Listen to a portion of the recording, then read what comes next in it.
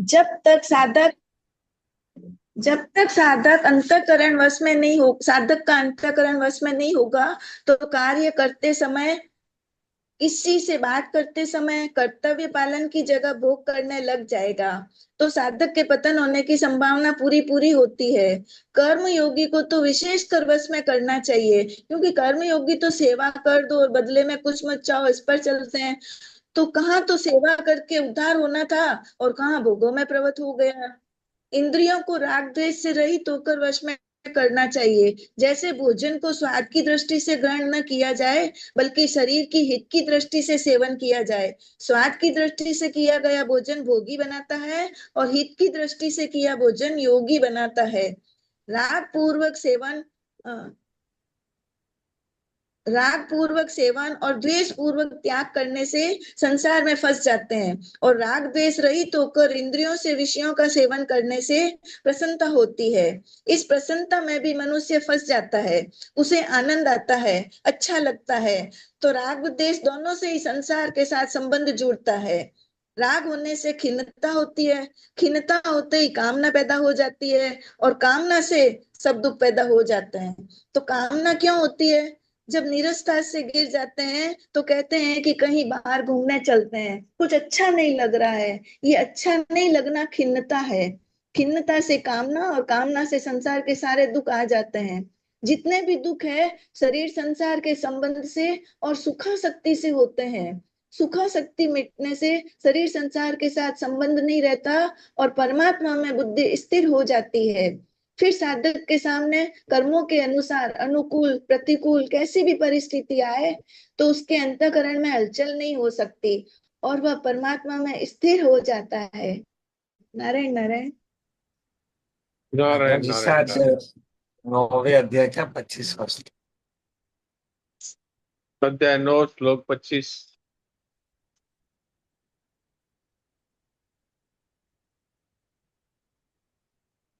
यान्ति देववृता देवान् पितॄन् यान्ति पितृव्रता भूतानि यान्ति भूतेज्या यान्ति मर्त्याजिनोऽपि माम् यान्ति देववृता देवान् पितॄन् यान्ति पितृव्रता भूतानि यान्ति भूतेज्या यान्ति मर्त्याजिनोऽपि माम्। सकाम भाव से देवताओं का पूजन करने वाले शरीर छोड़ने पर देवताओं को प्राप्त होते हैं। पितरों का पूजन करने वाले पितरों को प्राप्त होते हैं। भूत प्रेतों का पूजन करने वाले भूत प्रेतों को प्राप्त होते हैं, परंतु मेरा पूजन करने वाले मुझे ही प्राप्त होते हैं। वास्तव में सब कुछ भगवान का ही रूप है, परंतु जो भगवान के सिवाय दूसरी कोई भी स्वतंत्र सत्ता मानता है, उसका उद्धार नहीं होता। वह ऊंचे से ऊंचे लोकों में भी चला जाए तो भी उसे लौट कर आना ही पड़ता है।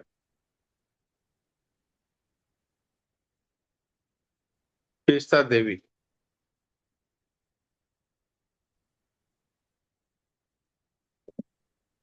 नारायण नारायण महाराज जी, राम राम जी। श्लोक नंबर 25। यान्ति दीवव्रता देवान् पितॄन् यान्ति पितृव्रतः भूतानि यान्ति भूतेज यान्ति मध्याजिनोऽपि माम्। वाणी शर्मा।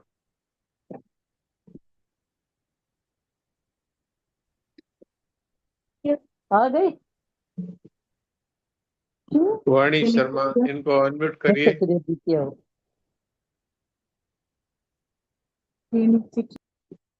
जयेश भाई क्या कर रहे हैं?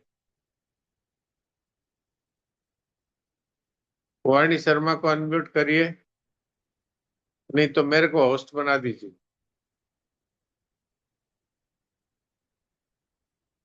नारायण नारायण जी सा कुछ नेटवर्क की कमी की वजह से कुछ ऐसा हो रहा है ना, तो किसी का मेरे को होस्ट बना दो, मेरे को होस्ट बना दो। नहीं नहीं बन रहा है इसमें। तो फिर ये ठीक है, नहीं, कोई एक वाणी बार को ट्वीट करो। करते हो, एक बार ट्वीट करता हूँ तो आप होस्ट बन जाएंगे, फिर वापस से जुड़ता हूँ।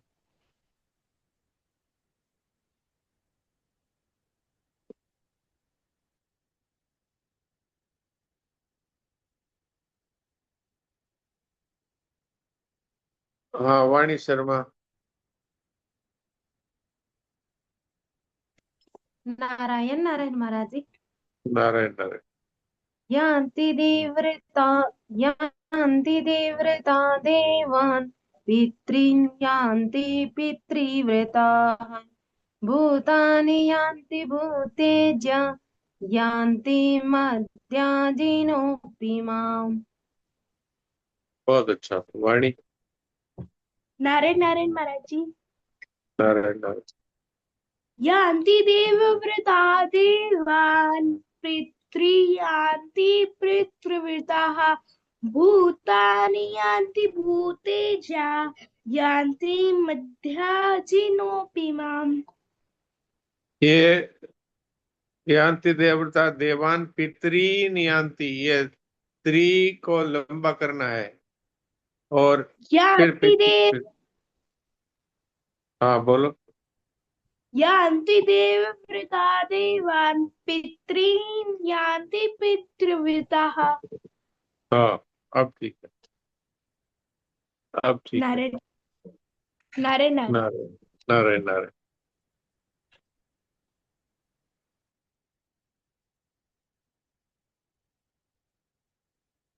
प्रमोद जी।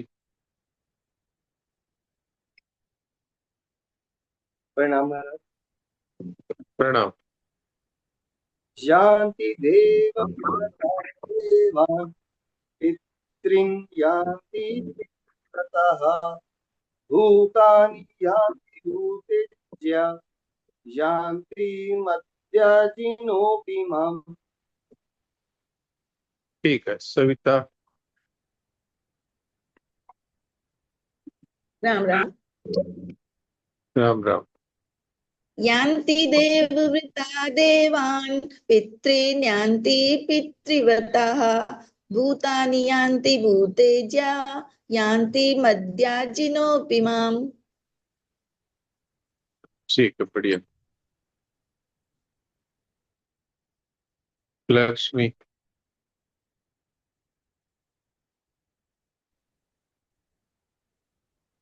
दिशा नारायण। यान्ति देवता देवान् पितॄन् यान्ति पितृव्रता भूतानि यान्ति भूतेज्या यान्ति मद्याजिनोऽपि माम्। ये मध्या नहीं है, मध्या है, द और ये है। मद्या यान्ति मद्याजिनोऽपि माम्। यान्ति मद्याजिनोऽपि माम्।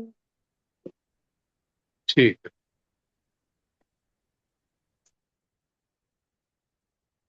मालती देवी।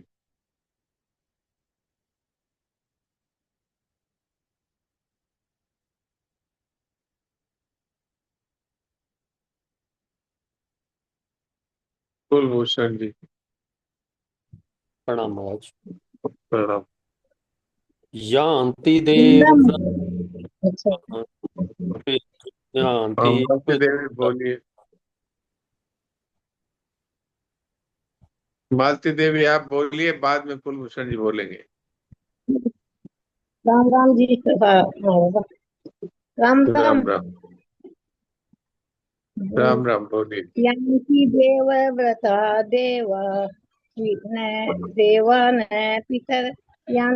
पितरं यान्ति पितर्व्रता भूतानि यान्ति भूतेजा यान्ति मादोजिनोऽपि मम। आपको काफी गलतियां आती है। आप वो सुनते नहीं है क्या, सत्संग ग्रुप में जो देते हैं हम लोग? कल से सुनेंगे। हाँ, सत्संग ग्रुप में आप जुड़े हुए हैं कि नहीं? मालती देवी आपसे बोल रहा हूँ।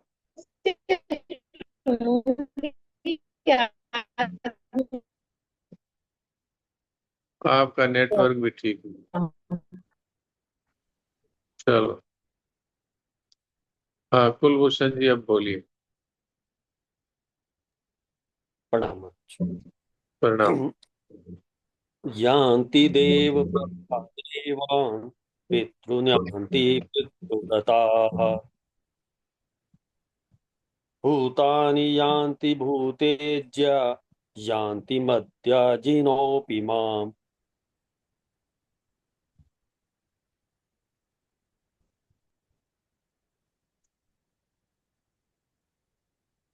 प्रणाम महाराज, मेरी आवाज नहीं आ रही क्या? हाँ, आवाज आ रही है, बीच में कुछ आ गया था इसलिए। ठीक है, जी जी आपका हो गया, बढ़िया। जी प्रणाम।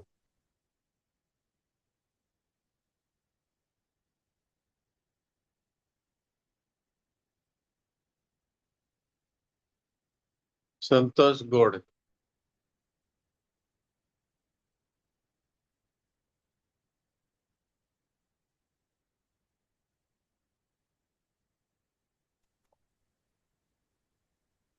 नारायण नारायण।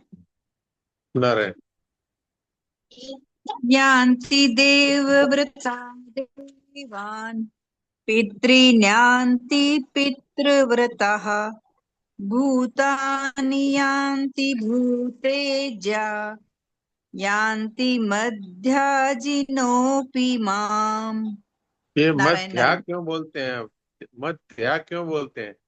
विद्या बोलते हैं कि विद्या बोलते हैं? विद्या मध्या को क्या बोलते हैं? विद्या। तो इसको विद्या, इसको मध्या क्यों बोलते हैं? ये मध्या जिनोपिमम है। कितना बार भू आज सभी को बोला है भाई, द और ये है, यहाँ द है ही नहीं। वापस बोलूं एक बार। हाँ, नीचे लाइन दोबारा बोलिए। भूतानि यान्ति भूतेज्या यान्ति मध्याजिनोऽपि माम्। फिर भी मध्या ही बोल रहे हैं, द क्यों लाते हैं भाई? मेरे पीछे बोलिए। ये अंतिम मध्या जिनोपिमम। यान्ति मध्याजिनोऽपि माम्। हाँ, अब ठीक है, इसके कई बार करिए पुनरावृत्ति, तब ठीक हो जाएगा घर में बैठ के। हाँ जयेश भाई। राम राम जी सर। जी बोलिए। यान्ति देवव्रता देवान् पितॄन् यान्ति पितृव्रता भूतानि यान्ति भूतेज्या यान्ति मध्याजिनोऽपि माम्। ये पितृनियंती बोल दिया आपने। ये पितरीन है, ये दो दो बार है, लंबा है ये। देवान जी बोल के फिर पितरीन यान्ति पितृव्रता। देवान् पितॄन् यान्ति पितृव्रता। हाँ, ये त्रि पर थोड़ा लंबा रखना है ताकि वो बड़ा हो सके। जी एक बार फिर बोलिए पहली लाइन।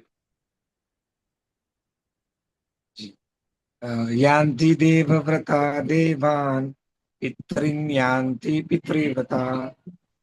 ठीक है। नारायण।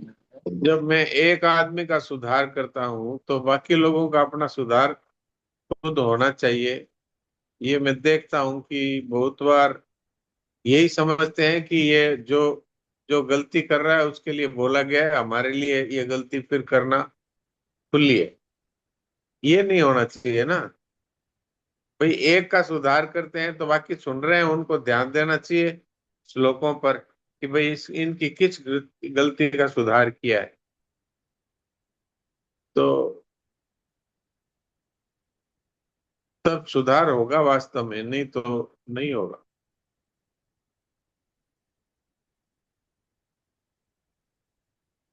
मैंने आज जितने पाठ किए हैं उनमें कई लोगों को ये सुधारने की कोशिश की है, लेकिन वो दूसरे लोग बोलते हैं तो फिर वैसा ही गलती करते हैं। तो मुझे ये समझ में आता है कि जब दूसरों की गलती मैं सुधारता हूं तो वो अपनी इस श्लोक को पढ़ते नहीं। सभी से ये प्रार्थना है कि श्लोकों पर ध्यान दें, और कोई भी पढ़े तब भी आप साथ साथ में श्लोकों को देखते जाएं कि इनकी किस गलती का सुधार किया गया है। कहीं वो गलती मैं तो नहीं कर रही हूँ या कर रहा हूँ। हाँ जयेश भाई, आज कौन सा पढ़ेंगे? जैसे आज ये प्रथमा जी ने बीज संख्या है 567, 567। 567 ऋषिकेश देवाचार्य जी या श्रीरंग जी या घमंडी जी, कौन सा है? ऋषिकेश देवाचार्य जी पहुंचे। ऋषिकेश देवाचार्य जी। अच्छा, ये सब इतने छोटे छोटे हैं, ये हाँ जी क्या सर, कारण है? ऐसा आगे बढ़ा है। गीत पढ़ा है ठीक। श्री घमंडी जी का, उसके बाद में श्री रसिक मुरारी जी। हाँ ठीक है, चलिए पढ़िए। रसिक मुरारी जी का पढ़ो सीधा। हाँ जी, हाँ जी। नारायण नारायण। श्री रसिक मुरारी जी, तन मन धन कहाँ है रसिक, परिवार सब। कहाँ है रसिक मुरारी जी? 568 संख्या, तीन संख्या। अच्छा, वहां से, ठीक है, पढ़िए। श्री रसिक मुरारी जी, तन मन धन परिवार सहित सेवत संतन कह, दिव्य भोग आरती अधिक हरि होते ही माँ। श्री वृंदावन बन चंद श्याम, श्यामा रंग भीने, मगन प्रेम पीयूष पयधि, परिचय बहुदीने। श्री हरिप्रिय श्यामानंद बर भजन भूमि उद्धार कियो, श्री रसिक मुरारी उदारति मत गजहि उपदेश दियो। श्री रसिक मुरारी जी परमोदार संत थे। इन्होंने मत वाले हाथी को भी श्री कृष्ण नाम का उपदेश दिया। ये शिष्य परिकर एवं सपरिवार तन मन धन से संतों की सेवा करते थे।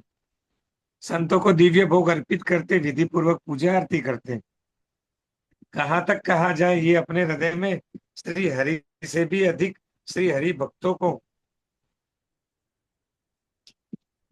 नारायण नारायण, आवाज आ रही है जी सर? हाँ आ रही है। श्री हरि से भी अधिक श्री हरि भक्तों को मानते थे। श्री वृंदावन चंद्र श्री श्यामा श्याम के प्रेम रंग में रंगे रहते थे तथा सर्वदा प्रेमामृत सिंधु में डूबे रहते थे।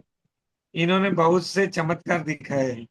श्री भगवान के परम प्यारे श्री सदगुरु देवाचार्य देववर्य श्री श्यामानंद जी की संत सेवा की साधन भूत भूमि को यवन नवाब के चुंगल से मुक्त कर आपने अपनी अद्भुत भक्ति शक्ति का परिचय दिया। श्री रसिक मुरारी जी ने विषय मुरारी जी के विषय में विशेष विवरण इस प्रकार है। श्री रसिक मुरारी जी का जन्म उड़ीसा मल्ल भूमि में रोहिणी नगर में शक संवत 1512 में कार्तिक शुक्ल प्रतिपदा को प्रातः काल की मंगल वेला में हुआ था। आपके पिता श्री अच्युत पटनायक जमींदार होते हुए भी बड़े भगवत भक्त थे तथा माता भवानी देवी पतिव्रता सदगृहिणी थी। आपका नामकरण करते समय पंडितों ने ज्योतिष गणना के आधार पर आपका नाम रसिक रखा और महापुरुष के लक्षण बताए, परंतु आपके पिताजी आपका नाम मुरारी रखना चाहते थे, अतः दोनों नाम मिलाकर आपका नाम रसिक मुरारी रखा गया है। अन्नप्राशन के अवसर पर प्रवृत्ति परीक्षण हेतु रखे गए द्रव्यों पर जब हाथ रखना हुआ तो आपने ग्रंथ रत्न श्रीमद् भागवत पर अपना हाथ रखा। उसी समय उपस्थित जनों और कुटुंबियों को यह दृढ़ निश्चय हो गया कि यह बालक परम भागवत और महान भगवत भक्त होगा। बाल्यकाल से ही आपका संतों के प्रति सहज आकर्षण था। उनकी जय जगदीश की ध्वनि सुनते ही आप अपने नन्हे नन्हे हाथों में जो कुछ मिलता भर कर लाते और भिक्षा देते। बड़े होने पर भी अध्ययन काल में आप पढ़ाई के साथ साथ बच्चों को लेकर नगर कीर्तन करते। एक बार आपके यहाँ श्रीमद् भागवत का सप्ताह पाठ चल रहा था, जब उसमें गोपी गीत का प्रसंग आया तो आप मूर्छित हो गए। श्रीमद् भागवत ग्रंथ पर आपका विशेष अनुराग था, अतः आपके पिता की अनुमति लेकर अपने पिता की अनुमति लेकर पंडित श्री जगन्नाथाचार्य जी से श्री धरी टीका सहित श्रीमद् भागवत का अध्ययन किया। आप श्री गौरांग महाप्रभु से विशेष प्रभावित थे, अतः चाहते थे कि किसी गौरांग पार्षद से मुझे दीक्षा प्राप्त हो जाए। कहते हैं कि आपकी इस सदन में उत्कंठा और भक्ति भाव को देखकर भगवान श्री कृष्ण ने स्वप्न में दर्शन दिया और कहा कि तुम धारेंदा चले जाओ, वहां तुम्हें मेरे भक्त श्री श्यामानंद जी मिलेंगे, तुम उनका आश्रय ग्रहण करो, इससे तुम्हारे सभी मनोरथ पूर्ण हो जाएंगे। प्रभु की आज्ञा अनुसार आपने श्री श्यामानंद जी के दर्शन किए और उनसे श्री युगल मंत्र की दीक्षा प्राप्त की। उन्हीं से आपको व्रज तत्व और संप्रदाय रहस्य का ज्ञान हुआ। श्री गुरुदेव जी के साथ आपने व्रज के तीर्थों को यात्रा कर उनके तात्विक दर्शन किए। तत्पश्चात इन्हीं के साथ आप उत्कल देश चले गए, वहां उनके विमुखों को भक्त बनाया और अंतिम समय तक भगवान श्री जगन्नाथ जी की सेवा में रत रहे। श्री रसिक मुरारी जी बड़े समारोह पूर्वक संत सेवा करते थे। आपकी सेवा की पद्धति कुछ विलक्षण ही थी। वह यह कि संतों की क्षणों तक से भरे हुए मटके घर पर धरे रहते थे। आप उसी को प्रणाम करते, उसी की पूजा करते और उसी का हृदय में ध्यान धरते थे। आपके यहाँ जो भी संत वैष्णव आते उन्हें अपार सुख देते थे। आप बड़े समारोह से श्री गुरु उत्सव मनाया करते थे। उसमें पूरे दिन कथा कीर्तन सत्संग भोज भंडारे होते रहते थे, जिससे सब लोग बहुत सुख पाते थे। यह उत्सव 12 दिन तक लगातार चलता रहता था। 12 दिनों तक भक्तों की भीड़ लगी रहती थी, जो देखने में अत्यंत ही प्रिय लगती थी। श्री प्रियादास जी महाराज ने श्री रसिक मुरारी जी की इस संत सेवा का इस प्रकार वर्णन किया है। रसिक मुरारी साधु सेवा विस्तार कियो पावे, कौन पार रीति भांति कुछ न्यारी ये। संत चरणामृत के माट गुरु भरे रहे, ताही को प्रणाम पूजा करी उधारिये। आवे हरिदास तिने देत सुख राशि जीव, एक न प्रकाशी सके थके सो विचारिये। करे गुरु उत्सव ले दिन मान सब को, द्वादश दिवस जन घटा लागी प्यारिये। नारायण नारायण, बीच में फोन आ गया था जिससे आवाज आ रही। हाँ आ रही। एक दिन श्री रसिक मुरारी जी के यहाँ भंडारे में बहुत से संत प्रसाद पा रहे थे। आपने एक शिष्य का संतों के प्रति हृदय का भाव जानने के लिए उसे आज्ञा देकर भेजा कि जाकर संतों का चरणामृत अच्छी प्रकार से ले आओ। उसने लाकर कहा कि सब साधुओं का चरणामृत ले आए। श्री रसिक मुरारी जी ने चरणामृत पान कर कहा कि क्या कारण है कि चरणामृत में पहले जैसा स्वाद नहीं आया। आपने निश्चय करके जान लिया कि यह किसी संत का चरणामृत लेने से छोड़ आया है। अतः जोर देकर पूछा कि सही बताओ, तुमने किसी संत को छोड़ा तो नहीं है। तब शिष्य ने कहा कि एक कोठी संत थे, मैंने उन्हीं का चरणामृत नहीं लिया। आपने कहा जाओ उनका चरणामृत भी ले आओ। तब शिष्य उनका भी चरणामृत ले आया। उसे आपने स्वयं पान किया और दूसरों को भी दिया। आपको वह चरणामृत पीने से अपार सुख मिला। आपके नेत्रों से प्रेमाश्रु बह चले। श्री प्रियादास जी ने रसिक मुरारी जी की इन संत चरणामृत निष्ठा का इस प्रकार वर्णन किया। संत चरणामृत को ल्यावो जाय निकी भांति, जी की भांति जानी भी को दास ले पठायो है। हानि के बखान कियो लियो सब साधुन को, पान कर बोले सो स्वाद नहीं आयो। जीते सवाजन कही चाको देहु मन, ओ महिमा न जाने कन जानी छोड़ी आयो है। पूछी कही कोटी एक रहो आनो, ल्यायो पियो दियो सुख पाए ने निर्धर कायो है। एक बार भक्तराज श्री रसिक मुरारी जी राजाओं के समाज में विराजमान होकर ज्ञानोपदेश कर रहे थे। सभी लोग बड़े ही मनोयोग पूर्वक आपका उपदेश श्रवण कर रहे थे। वही पास में ही एक स्थल पर सब संत बैठे भोजन कर रहे थे। उन्हीं संतों में एक संत अपने अतिरिक्त अपने सोटे का भी दूसरा परसा मांग रहे थे, परंतु रसोईया उन्हें सोटे का परसा नहीं दे रहा था। परसा न देने पर वह संत शोरगुल मचा रहे थे। अंततोगत्वा उन संत ने अपनी परसाई पत्तल उठाई और गोस्वामी श्री रसिक मुरारी जी के ऊपर डाल दी और बहुत तेरी गालियां भी दी। प्रवचन करते समय मुंह खुला होने के कारण एक लड्डू गोस्वामी जी के मुख में चला गया। श्री रसिक मुरारी जी शांतिपूर्वक गालियां सुनते रहे। फिर उन्होंने अवसर देकर कहा, अहो मैं संतों की शीत प्रसादी से विमुख था, तो संत ने स्वयं कृपा करके लाकर मेरे मुख में ही डाल दिया। तत्पश्चात आपने उस सेवक को यह कहकर कि तुम्हारा संत सेवा में भाव नहीं है, सेवा से अलग कर दिया और सोंटे का परसा दिलाया।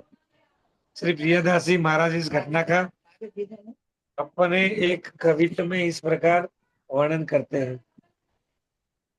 नृपति समाज में विराजमान भक्तराज, कहे वे विवेक को कहीं नहीं प्रभाव।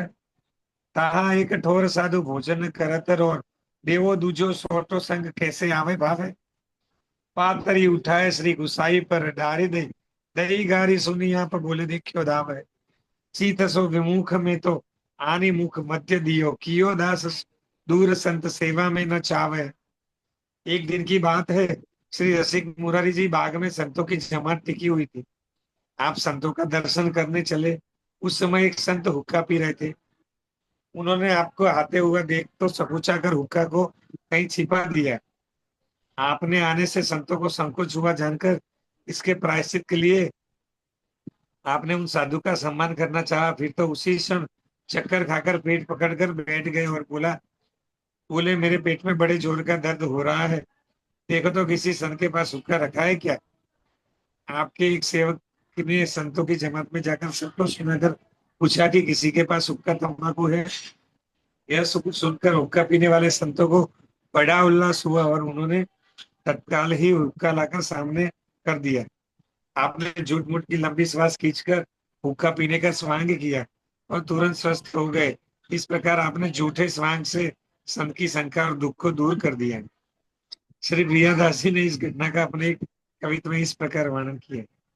बाग में समाज संत चले आप देखी देखो, देखत दुरायो जन हुक्का सोच परियो है। बड़ो अपराध मानी साधु सन मान चाहे, भूमि तर न बैठे कही देखो कहू धरियो है। जाए के सुनाई दास कराहू के, तमाकू पास सुनी के हुलास बटे आगे आनी करियो है। झूठे उसास भरी साचे प्रेम पाए लिए, किए मन भाए ऐसे शंका दुख हरियो है। श्री रसिक मुरारी जी के गुरुदेव धारेंद्र नामक स्थान में रहते थे। उनके स्थान से संबंधित कुछ जमीन बानपुर नामक ग्राम में थी, वहां खेती होती थी। जो अन्न उत्पन्न होता था वह साधु सेवा में नियमित धारेंद्र स्थान पर आता। उन्हीं दिनों बानपुर में एक नया नवाब आया।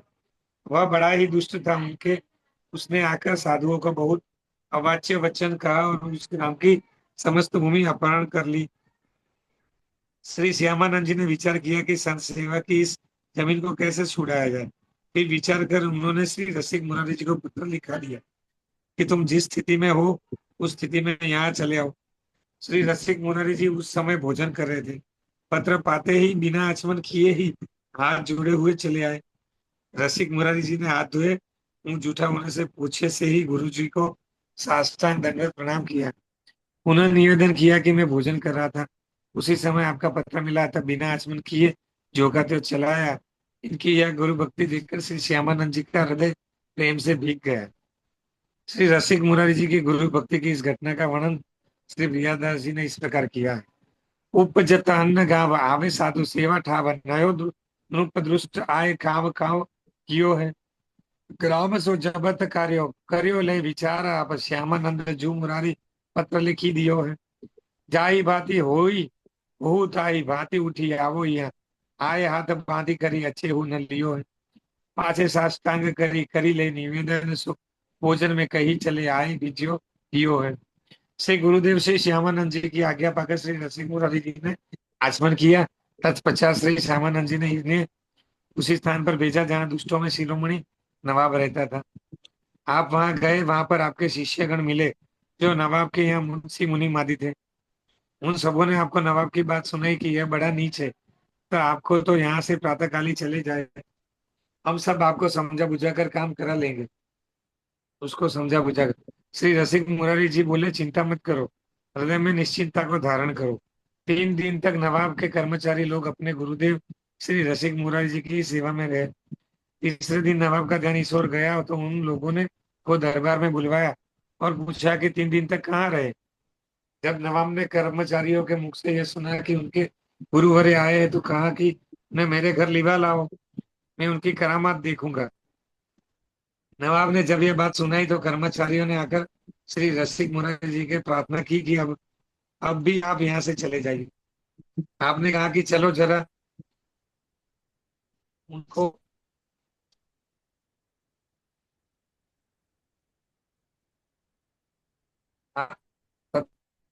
कहा कि उन्हें मेरे घर लिवा लाओ, मैं उनको करामत दिखाऊंगा। नवाब ने जब यह बात सुनाई तो कर्मचारियों ने श्री रसिक मुरारी जी से प्रार्थना की, अब भी आप यहाँ से चले जाइए। आपने कहा कि जरा उसको देखो तो क्या करता है, उसकी कितनी सामर्थ्य है। यह कहकर आप नवाब के द्वारा भेजी हुई पालकी पर बैठकर चले। मार्ग में आया तो देखा कि चारों ओर मतवाले हाथी धूम छाई हुई है। हाथी के डर से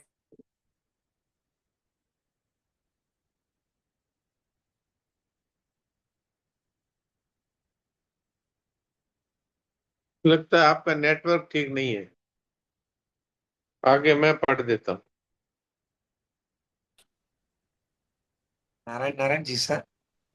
आपका नेटवर्क ठीक नहीं है क्या? अभी आवाज आई है, पहले बीच में बंद हो गई थी। जी, तो थोड़ा पहले से वापस पूछता हूँ। जब नवाब ने कर्मचारियों के मुख से यह सुना कि उनके गुरुवर्य आए हैं, तो कहा कि उन्हें मेरे घर लिवा लाओ, मैं उनकी करामात देखूंगा। नवाब ने जब यह बात सुनाई तो कर्मचारियों ने आकर श्री रसिक मुरारी जी से प्रार्थना की कि अब भी आप यहाँ से चले जाए। आपने कहा कि चलो जरा आप उसको देखे तो क्या कहता करता है, उसकी कितनी सामर्थ्य है। यह कहकर आप नवाब के द्वारा भेजी हुई पालकी पर बैठकर चले। मार्ग में आए तो देखा कि चारों ओर मतवाले हाथी की धूम छाई हुई है। हाथी के डर से कहार इनकी पालकी छोड़कर भाग गए, परंतु आप किंचित मात्र भी विचलित नहीं हुए, बल्कि शास्त्रों में जैसी वाणी बोलने को कहा गया है, हाथी से आप वैसी ही पारस परम रसमयी वाणी बोले, हे गज, हरे कृष्ण कहो। अपने तामसी शरीर के तमोगुणी स्वभाव को छू आपके ये वचन सुनते ही हाथी के हृदय में प्रेम भाव भर गया। उसने आपके श्री चरणों में अपने शरीर को झुकाकर प्रणाम किया। श्री रसिक मुरारी जी का मंगलमय दर्शन करके और अमृतमय वचनों को श्रवण करके हाथी के नेत्रों से प्रेमाश्रु बहने लगे। तब आपने कृपा करके उसे धैर्य बताया और भक्ति भाव प्रदान दिया। उसके कान में श्री कृष्ण नाम सुनाया, गले में तुलसी की माला पहनाई और उसका नाम गोपाल दास रखा। इस प्रकार ऐसे मतवाले हाथी को शिष्य बनाने से श्री रसिक मुरारी जी का महान प्रभाव प्रकटित हुआ, जिससे दिखकर दुष्ट शिरोमणि नवाब दौड़कर उसी स्थान पर आया और आपके श्री चरणों में लिपट गया। जो जमीन जब्त की थी वह तो लुटाई दी, और भी कितनी नवीन गांव एवं हाथी भेंट में दिया। पुनः हाथ जोड़कर बोला कि आज मेरे किसी बड़े भाग्य का उदय हुआ, जो आपका दर्शन हुआ।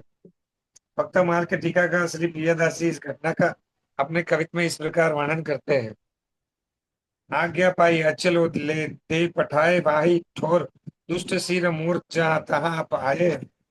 मिले मुत सदी शिष्य आई के सुनाए बात, जाओ उठी प्रात यह नीचे जैसे गाये।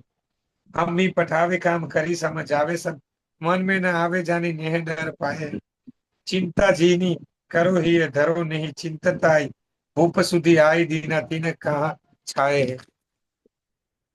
सुनी आए गुरुवर कही ले आओ मेरे घर, देखो करा मात बात यह ले सुनाई है। कहो आनी अंबु जाओ, चलो अन मान देखी चलो सुख मानी आयो। हाथी धूम छाई है, छोड़ी के कहार भाजी गयो न निहार सके। आप रस सार इससे बानी इसको बोले कैसे। इसको यही छोड़ना पड़ेगा, समय नहीं पूरा हो रहा छोड़ते है। जी सर, जी सर, हाँ। सही है जी सर।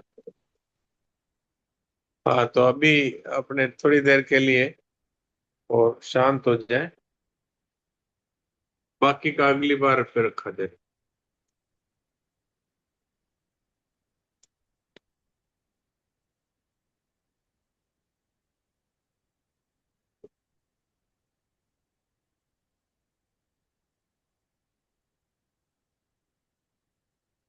सत्संग